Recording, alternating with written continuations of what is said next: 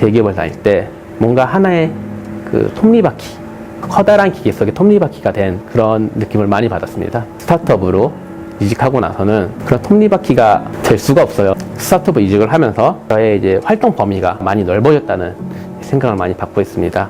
안녕하세요. 저는 개발자 윤준영이라고 합니다. 이 동영상을 보고 계신 분들은 거의 이제 크리에이터 부분들이 많을 거라고 생각하는데요. 크리에이터라는 게 뭐 자신만의 세계관, 자신만이 갖고 있는 그런 비전, 밸류를 프로덕트에 주입을 하는 게 이제 크리에이터들의 일이잖아요. 자신만의 세계관이라든지 자기의 사고 방식에 이제 갇혀서 외부에서 들어오는 이제 인풋, 자극에 대해서 약간 둔감해지는 부분이 없잖아 있는 것 같습니다. 거기 헤어나지 못하다 보면은 아무래도 회사 생활, 사회생활 하는 데 부분에 있어서 팀원들, 그리고 그 회사의 다른 사람들, 그리고 유저분들이랑 많이 부딪히는 경우가 생기는데요. 물론 자신의 세계관, 자신의 그런 크리에이티브한 뭐 사고방식이라든지 그런 사상, 자기만의 것을 계속 갖고 가는 건 정말 중요한데요. 그것뿐만 아니라 그거를 어떻게 유저들한테 최적화시켜서 보여줄 것인가에 대해서 많이 고민을 했으면 좋겠습니다. 자신의 스킬을 올리는 것도 정말 중요하지만은 최대한 자기가 만들고 있는, 자기가 서비스하고 있는 업계, 그리고 자기 서비스의 유저들과 많이 접하라는 이야기를 드리고 싶고요. 왜냐면은 그렇게 유저들과 접하고 유저들과 부대끼면서 이야기를 하다 보면은 자기가 정말 생각지도 못했던 발상들, 그러한 이제 아이디어들을 얻게 되고요. 아이디어 안에서 이제 자신의 색깔을 입히면은 그게 유저들 입장에서는 정말 좋은 서비스, 정말 좋은 프로덕트, 이거를 만들어내는 사람들은 정말 대단하다라는 식으로 이제 많은 피드백을 얻게 됩니다. 그런 피드백을 얻으면 얻을수록 크리에이터들은 정말 기쁘고 거기에 대해서 좀 더 내가 열심히 해야겠다라는 이제 그런 원동력이 되기 때문에 최대한 많이 유저들과 이야기를 하고 유저들과 부대끼면서 프로덕트를 만들 수 있는 그러한 이제 크리에이터들이 되셨으면 좋겠습니다. 미러탭뿐만 아니라 일반적인 그런 이제 라이브 방송 서비스에서는 주로 이제 사람이 얼굴을 내놓고 하거나 게임 화면을 내놓고 하는 방송이 주가 되었는데요.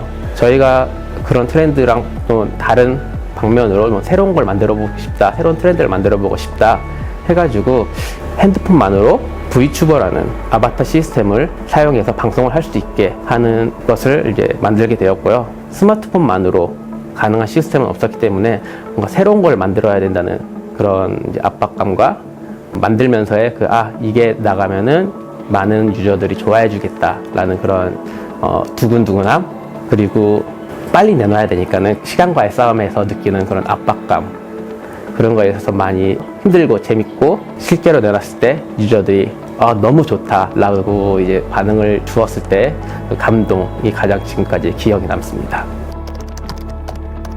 제가 대기업에 다니다가 지금 제가 다니고 있는 회사 미러티브로 이직했을 때가 아닐까 싶은데요. 대기업을 다니다가 스타트업으로 이직하는 게 그렇게 쉬운 일은 아니거든요. 안정된 급여, 그리고 안정된 그런 이제 라이프 스타일, 그런 부분에 대해서 많이 제공을 해주는 그런 부분이 있다 보니까 그런 걸 다 포기하고 아무것도 없는 제로부터 이제 시작하는 그런 환경에서 이제 일을 한다는 게 사실 많이 힘들긴 한데, 대기업을 다닐 때 뭔가 하나의 그 톱니바퀴, 커다란 기계 속의 톱니바퀴가 된 그런 느낌을 많이 받았습니다. 스타트업으로 이직하고 나서는 그런 톱니바퀴가 될 수가 없어요. 채용 부분에 있어서도 이제 채용 담당자가 아님에도 불구하고 같이 도와줘야 되고, 그리고 제가 개발자로서의 이런 부분을 했다면은 다른 개발 쪽 관련된 부분에 대해서도 공부를 해야 되고 거기에 대해서 일을 해야지만은 전체가 돌아가는 그런 부분이 없잖아 있기 때문에 스타트업 이직을 하면서 제가 느끼는 거는 저의 이제 활동 범위가 많이 넓어졌다는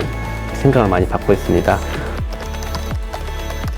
해외, 세계의 다른 사람이랑 이야기를 할 때 언어라는 장벽이 있기 때문에, 물론 요새는 이제 그런 통역 시스템, 번역 시스템이 있기 때문에 어느 정도 약 수월해졌다고는 하지만은 실제로 자신의 감정이라든지 그런 거를 이제 전달하기는 많이 힘든데요. 미러티브는 게임이라는 약간 공통적인 관심사가 있기 때문에 언어가 달라도 쉽게 친해질 수 있는 컨텐츠를 제공해주는 서비스이긴 합니다.